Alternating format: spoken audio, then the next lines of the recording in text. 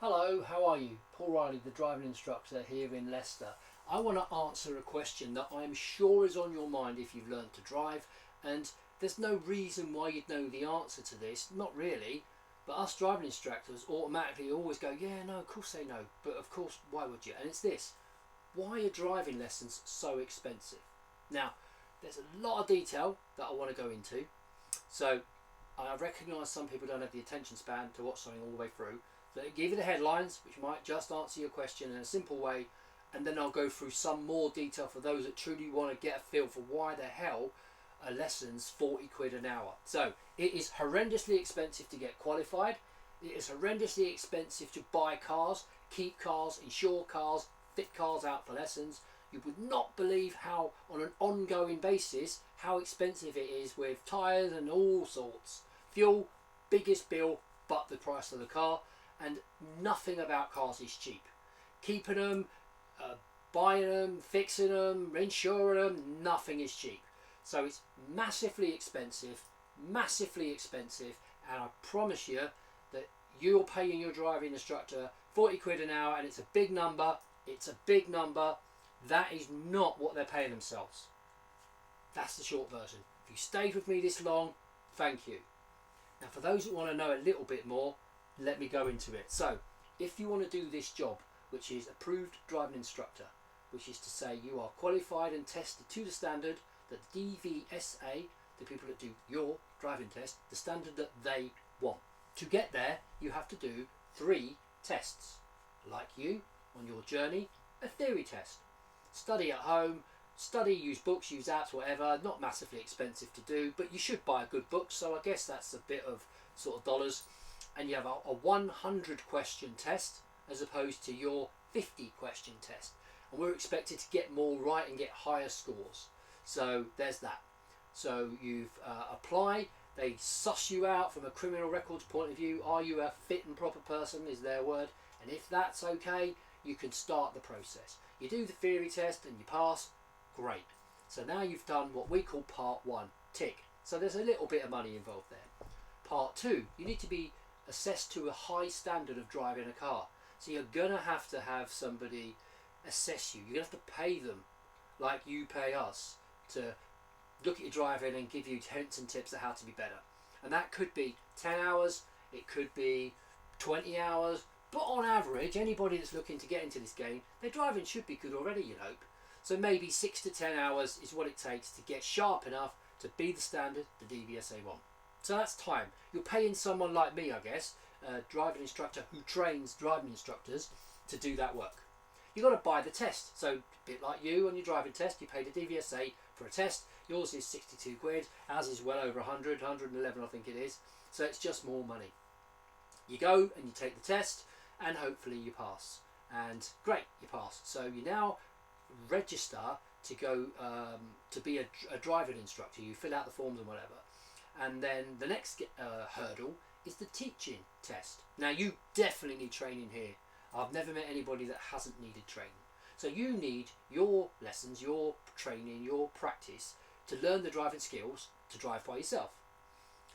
Us driving instructors and wannabe ones, we need the teaching skills to be able to teach by ourselves. So it isn't uncommon to have to pay another person, someone like me, who's a driver instructor trainer or a big company, thousands to do 40 hours usually minimum, but more could be better, and all the time and help you need in the car training, in a classroom, on Zoom. Maybe you have to buy their books and stuff, maybe that's part of the get up. That costs thousands. It takes about 2 years of your life to get qualified minimum, whereas it used to be you could do it once upon a time. It sounds like a long time ago, pre-COVID. You could probably do it in 6 months if you were lucky. Not anymore, not for the last 6 years. So it's all money. You're paying someone to assess you. You've got to pay for the test. You've got to be good enough. So you could need 60 hours, 80 hours, 100 hours. It's possible. So that's a big old bill. So you're in for all that as well before you've even met a single client. You've then passed your part 3 teaching test, it's called. Hurrah, you've passed. Good job if you have, right? Now it starts getting even more expensive. So you need to buy a teaching badge off the DVSA, and that costs a few hundred. and you display it in the bottom of your window, and it's a green octagon. And if your driving instructor is truly qualified, they'll have a green octagon badge in the window, and they should display it when they're charging you for their time, and it's got an expiration date on the back. So it's a good idea to check that really. If you're a parent, maybe if you're sussing out 100 different driving instructors, ask them, and if they're not embarrassed, they'll tell you, do you have a current teaching badge? It's a fair question. Yeah, when does it expire? There's no mystery in that, there's no secret. Yeah, it's 3 years time, 4 years time. You can ask this question. Some will be offended. What grade did you get where they assessed your teaching? And anyone that's not embarrassed will tell you what they got. So you've got some idea of the quality of the teaching that was assessed that day when they tried to qualify. So does that. You've got to go out and buy a car. Now, cars, oh my God, they're expensive. And nobody wants to take lessons in a crappy old car that's older than you. And some people do. Personally, I can't see why. But a car can be, even a little car, right, can be 18, 20,000 on the low end and much more. You want an electric car, even a teeny tiny little electric car, you're right, 28, 30 grand. If you want something a bit more flashy that does more miles, you're 40 grand for an electric car. One. You've got to pay that back in the life of the car, how long you expect it to live. And a driving school car has a hard life, so it don't last as long as mum or dad's 20-year-old Vauxhall Astra or whatever that's outside and doesn't get thrashed to death every day. So you've got to budget for getting the car paid off so that you're not left with a car that's dead and a massive loan. No one wants that. Then you've got to get the car kitted. So you're going to have to get, as a minimum, pedals fitted.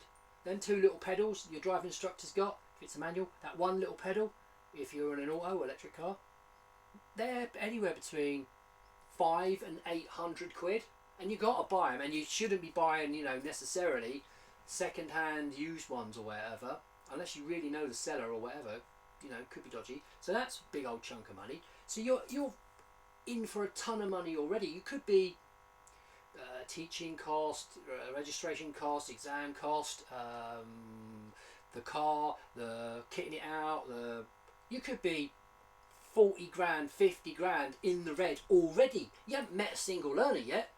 So you can see why, like in any business you've ever run is so expensive. Mum and dad run a business, they'll tell you. Uncle George, he'll tell you. Your mate from university, they'll tell you. When you run a business, you'll know, my God, it's expensive to run a business. And that's setup cost. That isn't even out doing the lessons. You're going to want to buy most likely cameras front and back. You should, because they always blame the learners in crashes and what have you. And your insurance might go down if you have cameras. So there are a couple of hundred. Then you need insurance. Now insurance ain't like Compare the Meerkats and Money Supermarket and Go Compare and all that. You can't put in your number and put a million quotes and play one off against the other. You've got to ring 20, 30 companies each time and go through all their questions about your history, your driving history, your age, all that.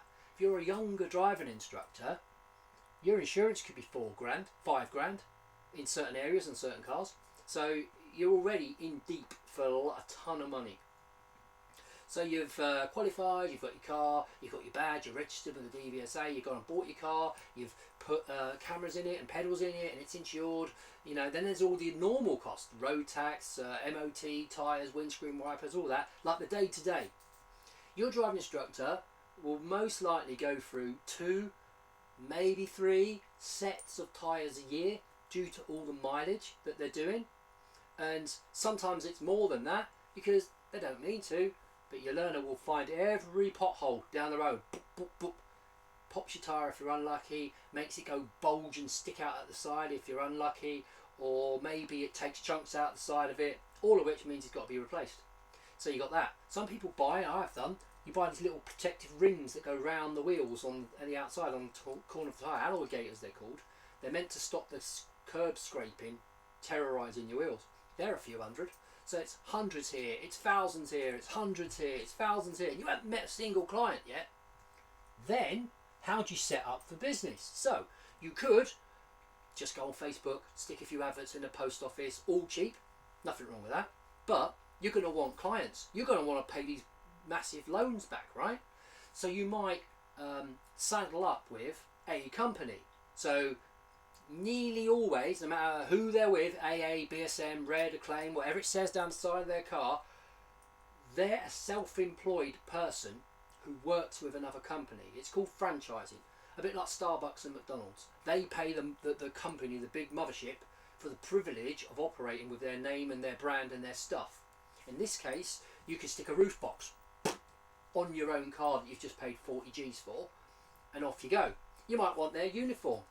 So they'll probably charge you for polo shirts and hoodies, pens, all the stuff you see in the car, the little folders, the teaching stuff, everything is for sale, you know, nothing's free in this life. So they're thousands and thousands in before they've even met you. If they didn't buy their own car, and some people don't, I buy my own cars, I just like to know it's done, paid for, right? They could be leasing the car from the company, AA, BSM, Red, whatever. On the low end, usually a car's something like $250 a week, sometimes more. That's what you've got to pay them for the car a week before a single person sat in it. Sometimes, depending on the company, they will go, we'll give you the people, we'll send you the clients, but you've got to pay them like a finder's fee for every client. That could be up to about 15 quid. So you could have 20 people on your books and they've charged you 15 quid for every one. So you're now 300 quid into them for finder's fees, and they might only do one lesson and then go to the next special offer, and then you've got to find another person. So it's a very expensive business. They may just buy their own car, that's what I do, stick someone's roof box on the top, and you just pay them a franchise fee, much less money, but it's for the supply of pupils, clients, the support, the books, the whatever. So that is like massive money already. Then fuel. If you run a car, you know how expensive fuel is, right? It was 40% more expensive till very recently, from about February. What do you do when you run a business and your cost goes up by the thing you use the most, fuel, by 40%? What do? You can't just go, well, do you know what, I'll just take less money, because you still got all them loans, haven't you? And you've got to pay your mortgage and your kids' sports day and uniform and all that jazz. So you might have to jack your prices up. And then there's the whole kind of wear and tear, service plans, you've got to have your car serviced. I get mine done, each car gets done twice a year, oil changes, all that. You want to keep them nice because they have a hard life. If you don't treat them well, they'll just die on you. And then where are you then? You've got no car, you've got no work. You may have to pay for breakdown cover. You may have to pay for protection, like paint protection or something. Because when you send these cars back, that shiny new 26 plate you're buzzing around in, when your guy, gal, your instructor sends the car back to where they've released it from, they're going to charge them hundreds, thousands when they go over it with a microscope, looking for every stone chip and bit of discoloration, and then they bill them to put it right when they give the car back. So again, it's all money, money, money. So what you're going to end up doing if you run a business is you're going to take all these numbers, all this cost, and all the fuel, and the franchise fees, and the tyres, and you're going to total it all up and go, Jesus Christ, that's a load of money. You're then going to lay it over 12 months and go, yep, that's my cost per month. And then you look at your schedule and go, how many people am I going to have to teach to get that money in the door at least, to pay that off, before I then start thinking about how am I going to live. And you're limited. You can only really do 4 people a day, perhaps if you do 2 hours, or 6 people a day if you do 1 hour. So you're physically limited to the number of people you can teach. So you end up with your cost base, knowing all the numbers. You then go, well, I do, for example, 4 people a day, most days, 2 hours each. So I go, that 5 days, 20 people a week. The maximum on the lesson rate I'm planning to bill is £10. That times 4, that's my month. That times 10.5, that's my year, because I don't work every week. And then you lay that over your cost and go, I can't live on that. I can't do lessons for 20 quid an hour. It's impossible. I'd be owing the bank. So then you go, oh, 20, and then you come up with a price. You look at the prices in your area, just like other businesses do, and then you go and set up shop. Now, here's the thing. If your driving instructor is charging you 40 quid an hour, right? That's what I do to my people. 40 quid an hour plus 3 quid for the fuel, because fuel is up here. Then they are not paying themselves £40 an hour. I promise you, that isn't happening. The cost of doing business is somewhere between about 25% on the low end, up to about 40-50% if you run two cars. I run two cars. About 50% of your turnover, what you take off people. So that's, well, you take the money basically, you go half. That's what it's cost to run this business. Then you've got the half that's left. So you have 40 quid an hour has just become 20. You go, right, well, I've got to pay tax and national insurance on this. That's about a third. I've got to pay a pension. When you're self-employed, no one pays you when you're sick. No one pays your pension for you like you might have in your job. And so therefore you've got a budget for that too. So your 20 quid an hour is maybe 15. So here's the thing, your £40 an hour driving instructor is not paying himself 40 quid. Might be 15, might be 16, I don't know. And if it's bank transfer only, like completely bank transfer only, then that person is very most likely 100% legit, right? And that's fine.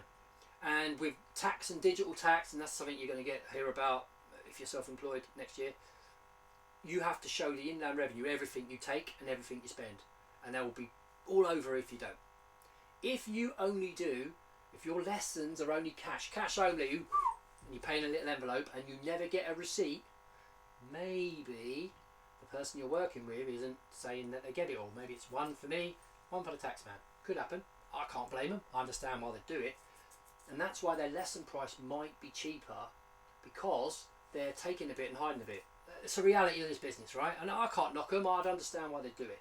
So that's why your guy around the corner can be £32 an hour. And you're thinking, why is this guy 40 quid an hour?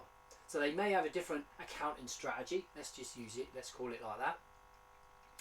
They are probably, maybe, not as... they may not even be qualified. So if you're a trainee driving instructor, you haven't passed all the tests. So you are learning to teach by having people in the car, actual students in the car, and you're experimenting. How do I explain this? How can I get them to see that? What's the best way to get them to park a car? And you're just doing it by the seat of your pants. And if you've got a trainee driving instructor, they will have a pink teaching badge in the corner of their car, pink triangle. And there's nothing wrong with that. They could be good. But give or take, under a third of people who start trying to do this driving instructor job will get through and finish. So the pass rate is horrendous, which must say the training can be horrendous and they're not being supervised. So in other words, if your trainee driving instructor on his pink badge never has anyone else in the car watching them or giving them feedback or whatever, that's a red flag, because they're supposed to be supervised. Someone like me can only sign off a trainee wannabe driving if I'm watching what they're doing and they've done the amount of training hours with me they're supposed to. So it could be an insight to why they're cheap. So it's always buyer beware when you're spending money. If they're qualified, one instructor over another, then like I say, they shouldn't be embarrassed to tell you what grades they got when they were tested.